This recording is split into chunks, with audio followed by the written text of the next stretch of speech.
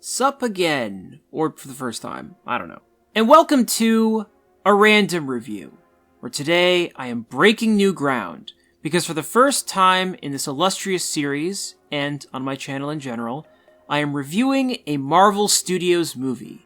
It was only a matter of time, they're kinda hard to ignore, and what I'm reviewing is the most recent Marvel movie that I've seen, as of this recording, Eternals, which was directed by Chloé Zhao and was released in 2021 as part of Phase 4 of the Marvel Cinematic Universe.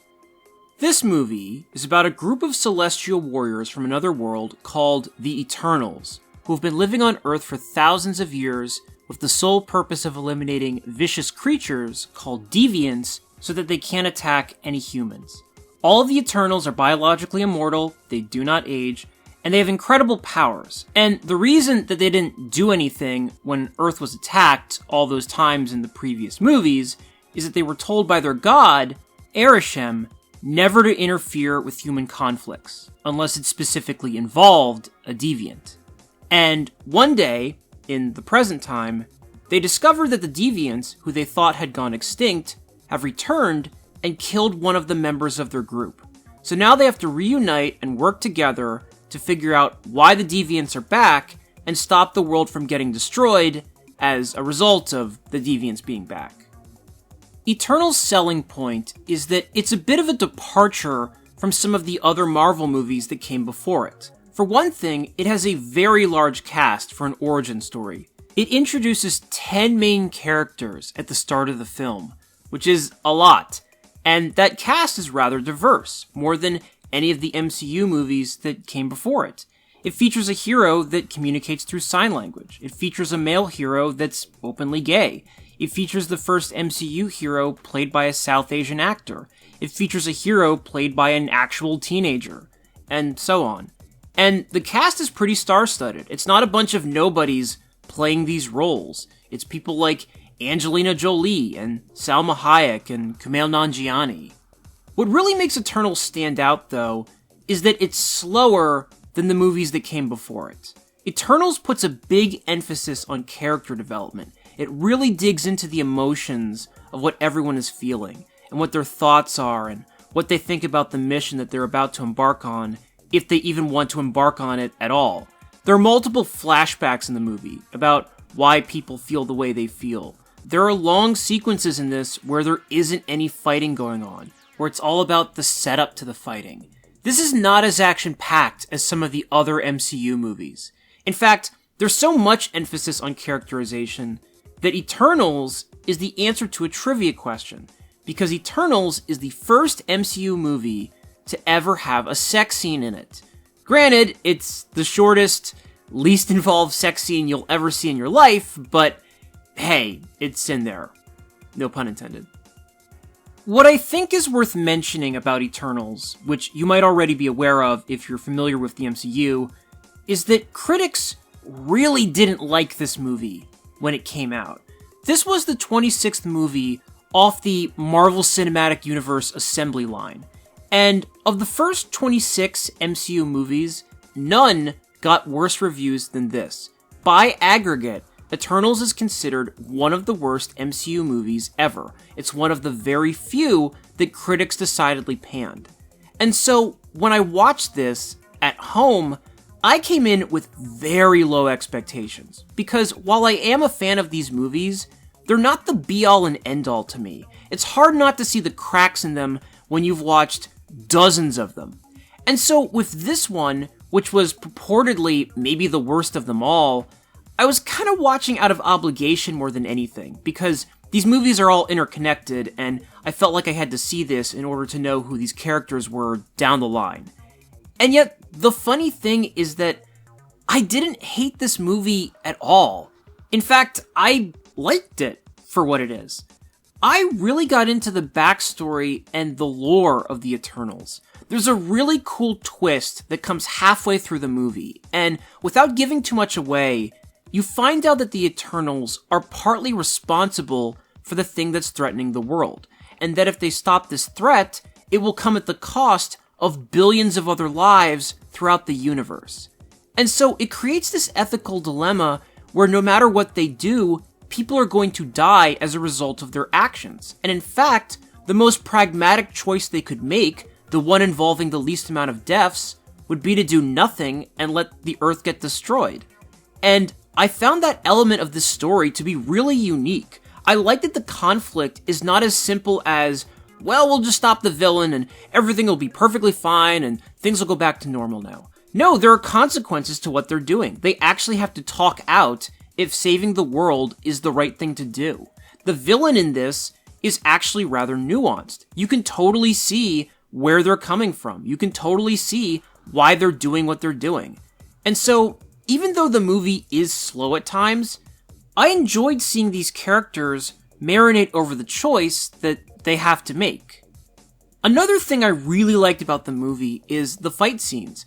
There's not a lot of them. Like I said, if you're looking for a Marvel film that's non-stop action, this is not for you. But the fights that are there, I thought were really well done and have very good choreography. They have these fights that involve 5, 6, 7 people attacking something at the same time, and yet it never feels clustered. You never feel like you're losing sense of what's happening during these skirmishes. And there's such a variety in the powers that each of these characters have that it's cool to see them being used all at once. Now, the movie is not without its flaws, as you would expect. And its biggest problem, to me, is that as much as it tries to deviate from the other Marvel movies, it's still a Marvel movie, and I think it struggles at times to balance being a serious emotional fantasy movie within the framework of also being a Marvel movie. Like, the thing with these Marvel movies is that they're all very homogenized. They all kind of look the same, they all kind of sound the same, they're all structured very similarly. They are very much made to be compatible with one another. There are certain elements that are pre-written into each of these movies. And one of those elements, one of the key ingredients that makes a Marvel movie is comedy. These movies are very jokey. The characters are constantly cracking one-liners. They're constantly engaging in pratfalls. They are never more than 5 to 10 minutes away from executing a comedy beat. And the issue that I've always had with these movies is that sometimes that humor doesn't fit with what's happening on screen. And in Eternals, which is a relatively somber movie, there are these comedy beats every 5 to 10 minutes, and they don't work. They don't mesh with the tone of this movie at all. And their effect on the movie is twofold. One, because the story is not that lighthearted, the comedy feels very out of place. It doesn't come off as natural. They feel very, very forced. And two, because the film trains you to expect every other scene to be punctuated with comedy, it makes the more emotional scenes, where there isn't any comedy, feel melodramatic. Because the whole time, you're anticipating a joke to come. You keep waiting for one of the characters to make light of what just happened. And that's one example of the MCU blueprint either getting in the way of the movie or putting a limitation on what could be done in it. Another example is that the main characters are not as emotionally expressive as they should be. These characters go through a lot in this movie. They deal with death, they deal with betrayal, they deal with the world being at risk, they deal with learning a staggering, life-altering revelation about themselves and why they exist in the first place. And yet, their reactions to those things aren't proportional to what they should be. Their reactions are fleeting. They feel too muted. They lapse back into joke mode too easily. And if I had to attribute that to anything, it's again because this is an MCU movie, and this had to be available for a wide audience. This had to be quote-unquote fun no matter what. And so this film probably couldn't be the deep, dour exploration into these characters' souls that its premise kind of demands that it be.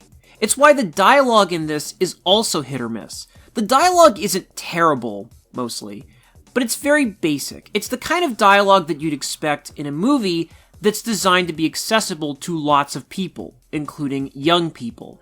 It's very explaining what's happening-y dialogue. And it's why, for all the introspective moments in Eternals, I have trouble recounting a single line of dialogue that's memorable or that stuck with me in a good way. And I will also say, in fairness, that being attached to the MCU isn't the worst burden in the world.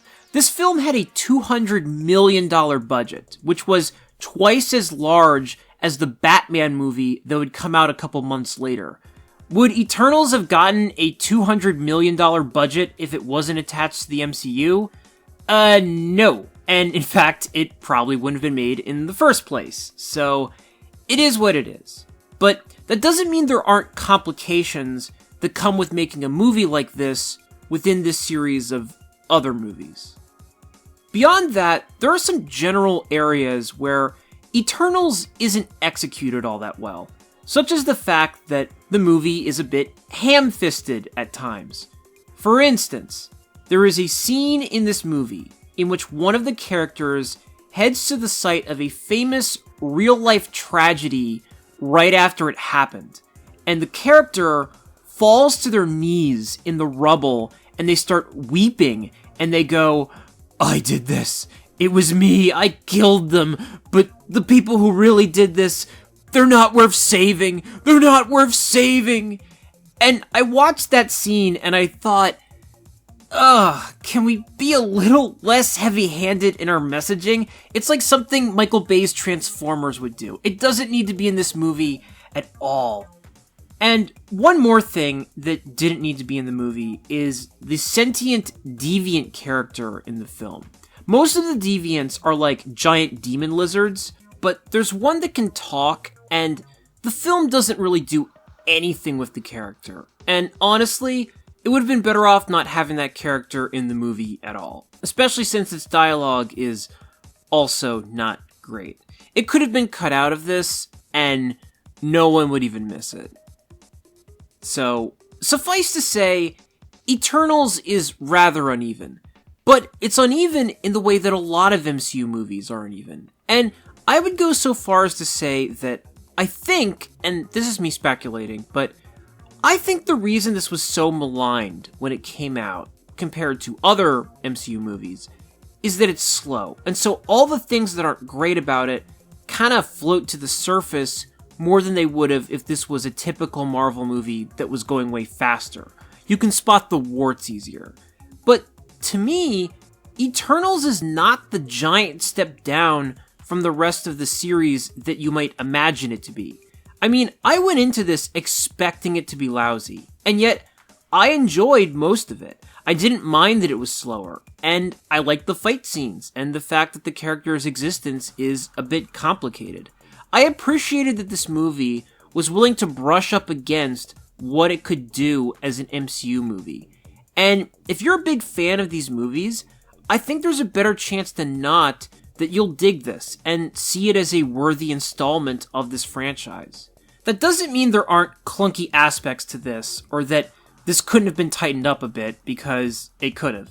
This movie is 2.5 hours long, which is another thing about these Marvel movies. They're all marathons. But even taking that into account, I still found this enjoyable. So, in my infinite wisdom, I give Eternals a 7.4 out of 10. In other words, it might not be great, and there are valid complaints that you can make about it, but to me, the good still outweighs the bad. So, if nothing else, it's worth a chance, if you're interested.